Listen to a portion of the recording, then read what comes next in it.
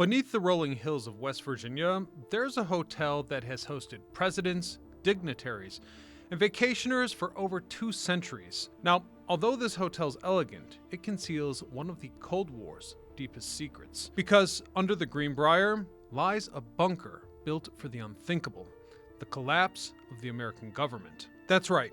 For over 30 years, this massive underground complex waited in total secrecy, ready to shelter every member of Congress while the rest of the nation burned above. But why here?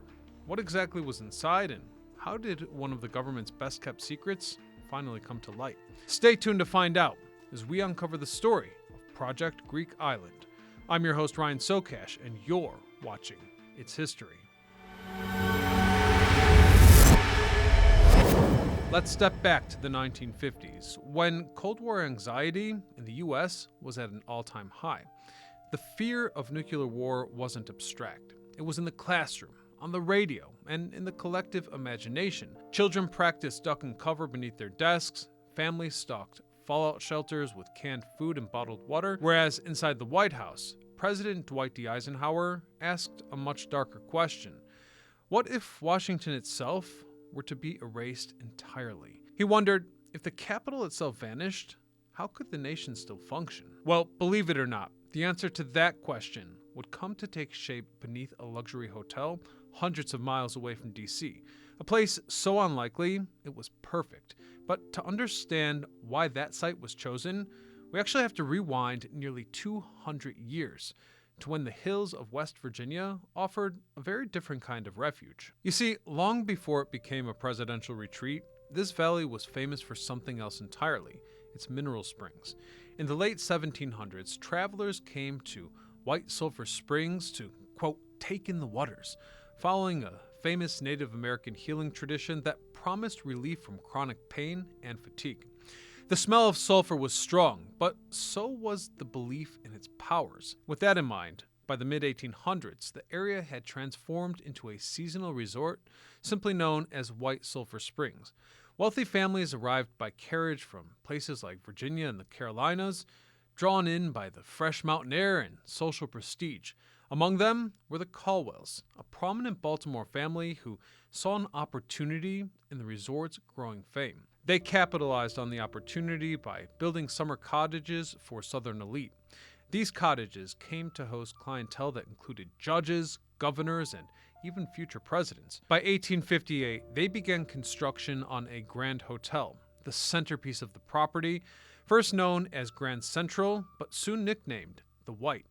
This property was elegant and stately, a landmark in its own right. And by the time the Civil War erupted in 1861, 5 sitting presidents had already stayed there. But the war would change everything. You see, at that point, West Virginia didn't yet exist. The resort stood in what was still Virginia, Confederate territory. So when the western counties broke away to form a new Union state, the Greenbrier sat directly between 2 warring worlds.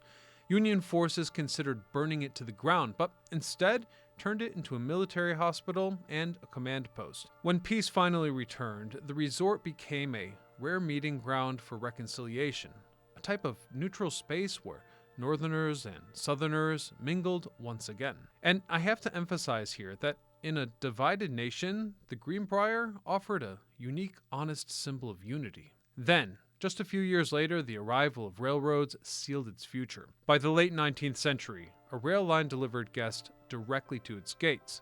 Then, in 1910, the Chesapeake and Ohio Railroad purchased the property outright, expanding it into the modern Greenbrier.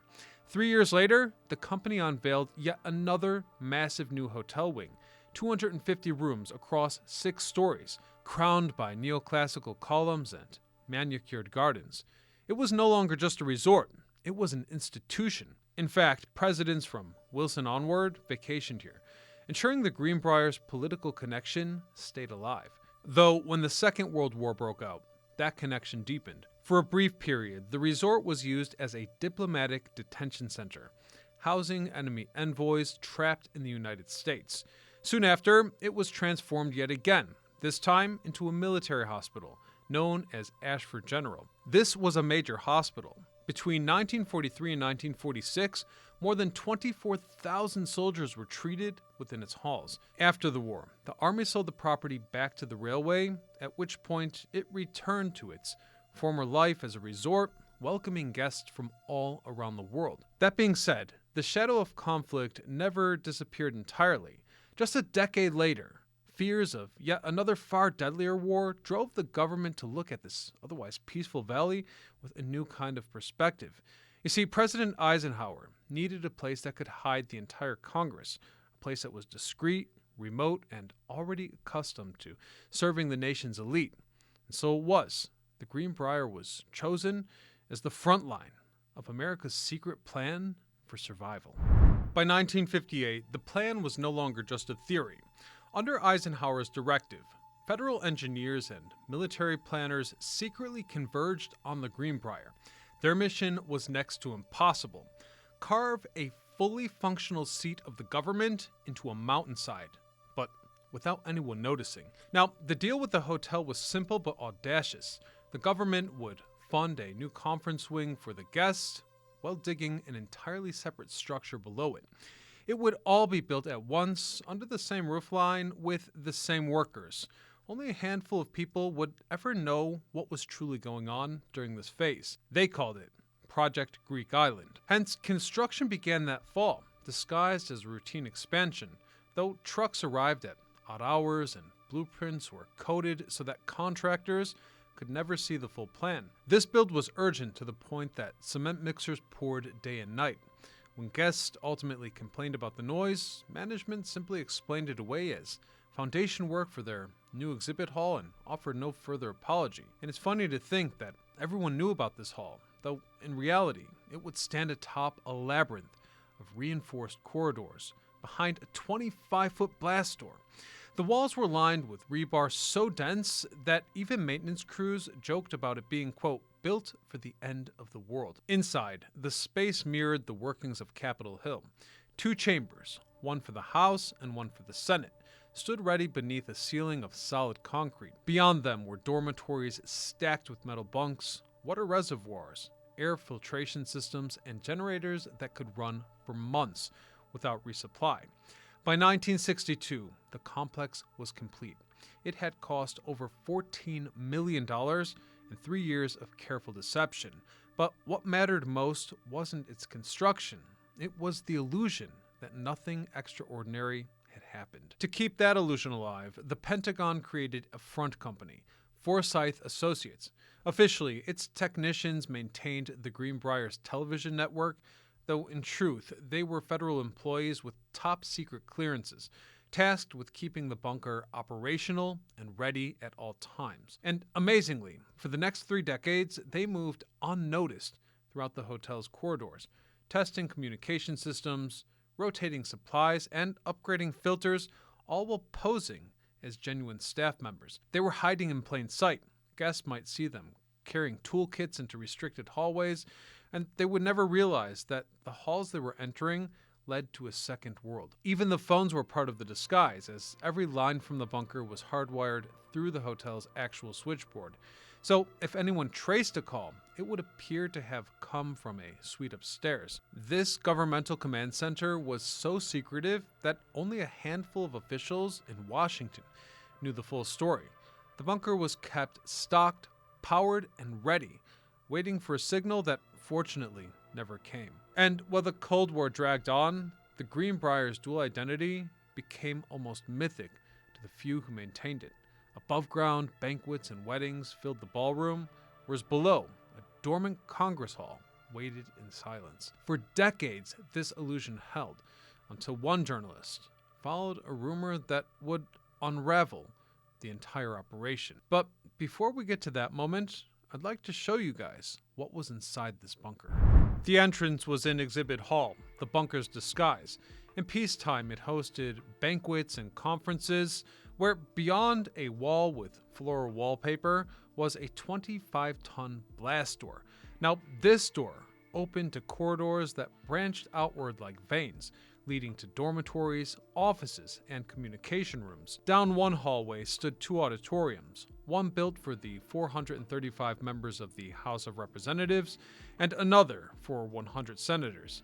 Both were Spartan, rows of desks, overhead fluorescents, and no hint of ornamentation. Though if both chambers ever needed to meet together, they'd convene in the bunker's largest room, Exhibit Hall, repurposed as a joint session floor. Living quarters were practical, not comfortable. 18 dormitory rooms, each lined with metal bunks stacked 3 high, could sleep more than 1,000 people.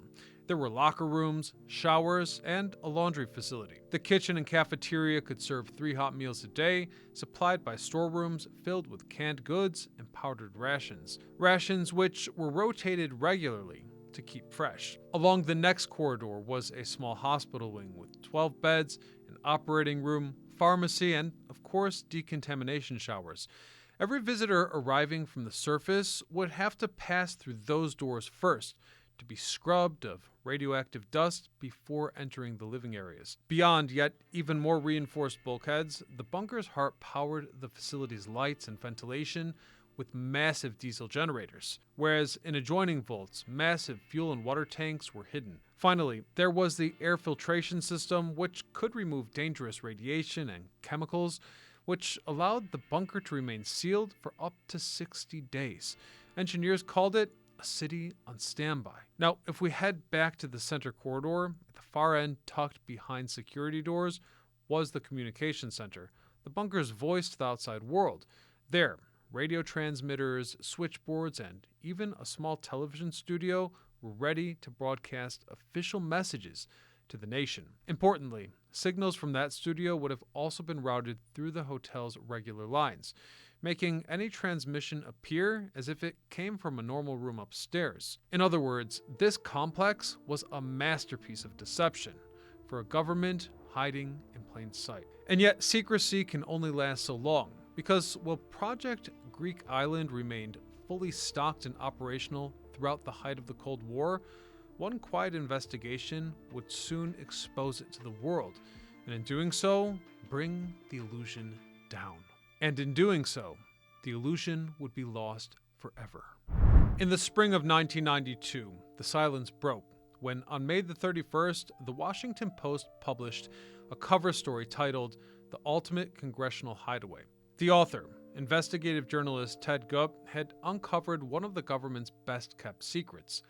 Using interviews, leaked details, and months of verification, Gupp revealed that the vast nuclear fallout shelter sat directly beneath one of America's most famous and luxurious resorts for decades, elaborating that it had been secretly maintained to house the Congress in the event of atomic war.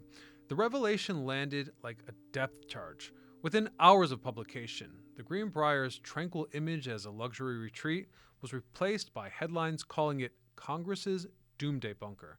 To put it simply, federal officials scrambled to respond. Some readers were fascinated, even proud that the government had planned so carefully for survival, though others were furious. To them, the news had confirmed a suspicion that had lingered throughout the Cold War, that when bombs fell, ordinary citizens would be left behind and outside of blast doors. For the Department of Defense, the leak was catastrophic. Within days, federal authorities concluded that the facility's secrecy, its most vital feature, had been permanently compromised. And just like that, the bunker was decommissioned almost immediately, its communication system disabled, and its maintenance staff reassigned. But the fallout wasn't only political.